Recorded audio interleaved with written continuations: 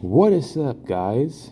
Welcome back to yet another Dragon Blaze video. I hope everybody's doing well. I hope you're accomplishing your Dragon Blaze dreams, because that is why we're here. We're here to accomplish our dreams and goals together, guys. That's what it's all about. And today is going to be not like a content video. It's going to be about, is it important to overinvest into your heroes? The next video will be about these guys, Katarina and her peoples. So the next one's going to be about talking about them and how I feel about them and stuff like that. But this one's going to be about, is it worth over investing into your heroes? That's what this one's going to be about. And I'm also saving up for the new hero at this point. So what we're going to do is we're going to buy these real quick. So I already have them. Because the last one was about, is it worth getting your heroes to level 100? And obviously it is, because you have all your star power. It makes them a lot stronger. But yes, is it important to overinvest into heroes? Specifically, it's going to be about your newer heroes. So whenever you invest into a hero, you're basically solely focusing on that hero. I'm not sure if I made a video about this before, or it may not be like the same way I'm making it now.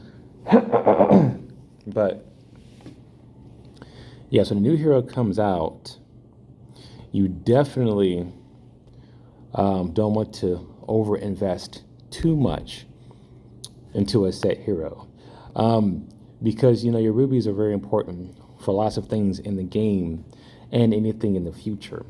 So obviously I have to get my weapons for him. I have to open up armor packs and stuff like that.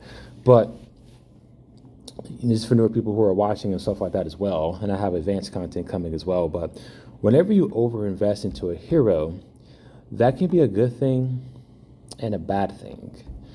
So obviously, you have your prime form summons.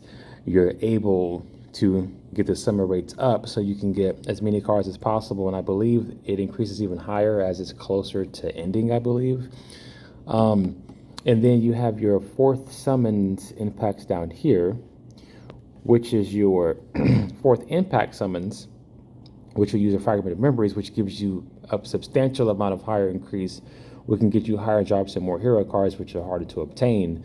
So that's why you have to save that as well for the next upcoming hero. But we're talking about over investing into the newer heroes, so, and any hero in general.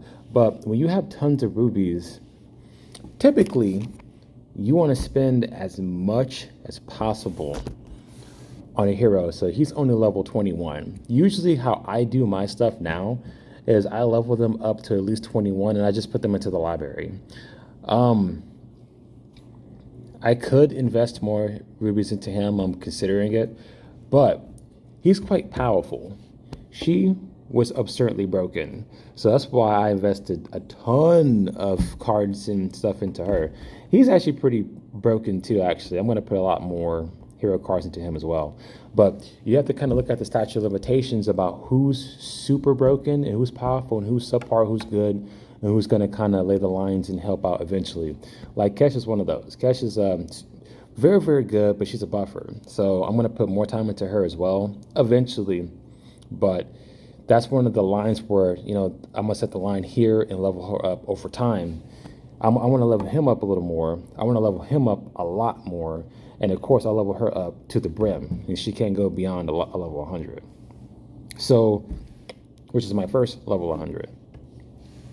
So picking and choosing what heroes you want to invest in or over-invest in is important. And over-investing is putting lots of treasures into them, lots of hero cards into them, specifically buying their weapons into them, just getting them the most powerful as possible that you can. So, and all of your heroes need to be strong too, especially your third impacts, because your third impacts are mainly used for your 7th dungeon whenever you're fighting in the 7th dungeon to get your ultimate gear. Ultimate gear is needed, but Triple S gear is just fine. I mean, you can roll with that and be just good. So she's almost level 100. Wow, I can get her level 100 as well. But yeah, when you're over investing into your heroes, you have to be very mindful of what your goal is. Is to get stronger, but not every hero is going to be absurdly strong on paper when you put them into your team lineups and figuring, why this hero is not doing so much, why they're not performing how I want them to. They have the recommendations as well in the game for certain content that you're doing, well, for all content that you're doing for those certain heroes, whether they're strong or not, they're going to overperform. So you kind of have to look at it in a sense, well, who do I want to really overinvest in or invest in and put a lot of rubies into, because micromanaging your rubies is very important. I have to do a better video about micromanaging your rubies. My other one wasn't that great. But there's not really too much you can spend rubies on, so I really couldn't talk about so much of that. When it comes to spending rubies on your on your heroes, the goal really is to get them to level 80. That's the goal. And then from there, put them into Library of Fate. With her, I got her to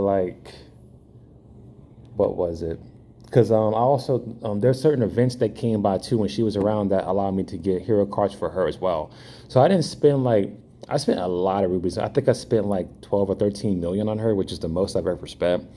I got her decently leveled, and then events came around and I got a little bit of luck. And then from there, I just took her in the Library of Fate, and then I also put her in Path of the Force. And that's how I got her to level 100. So it's really hard to put a lot of rubies into a hero in hopes to get them to level 80. And this is for beginners, when newer people, veteran returning players, they know that. You have to have the luck in this game in order to be able to get your character to a certain limit already. It's going to be tough already to getting them very, very powered up.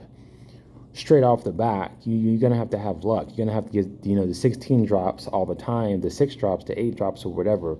It's going to be very difficult getting them to that point. So if you're having any kind of discouragement about why I'm not getting the luck or why my heroes are not strong enough, it's because it's a luck-based game. You're going to have to spend rubies as much as possible and see if you get it. And if you don't, you're going to have to put them to the library or put them to Path of the Force. And you don't want to spend all of your rubies on each hero that comes out. Spend a decent portion, look at what you can gain each week in your luck and stuff like that, and kind of base that upon how much you spend on your heroes, because you have Library of Fate, you have Path of the Force. And this is for your 4th generations. Your 3rd generations, you have Hero Gallery and stuff like that, and you have to do a little bit more for them, because 4th Impact, they have it a lot easier because they have more ways of getting hero cards than them, but library is another way as well. So just kind of keep that in mind when you're trying to power up your heroes and figure out who you want to invest and overinvest in, because it's going to take a lot of time depending on your luck, and in general, it's going to take time. It took me several months to get her to level 100, and that's with luck.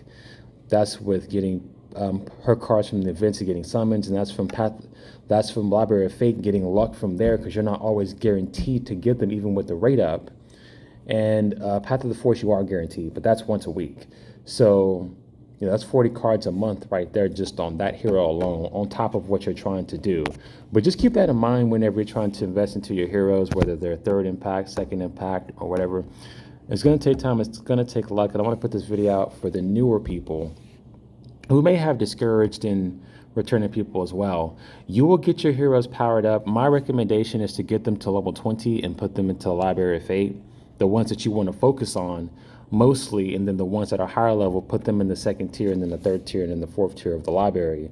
And if they are 4th Impact, then you want to just focus on Path of the Force, who you want to focus on specifically to get them hero cards as well. But you have to realize when the next one comes out, you're going to have to convert over, unless you don't want to overinvest into them. So just think about that whenever you're going forth with the heroes for your 4th Impacts or above, and even your 3rd Impacts. The Hero Gallery, you have to do a bunch of that. Get hero cards through them, craft hero cards, get hero cards through your infinities and stuff like that as well. And just in general, whenever you get to choose them as your summons. So kind of just be noticeable about that. And that's for every tier. That's for 1st all the way up to 4th. So just kind of keep that in mind. Try to stay focused on what you're trying to do and focus on the heroes that's going to give you the most power and impact.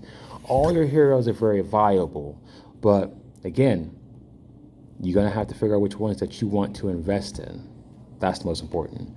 But that's today's video, guys. Tomorrow we'll do the ones about Katarina's gang. So until next time, I hope I see you for the next one, guys.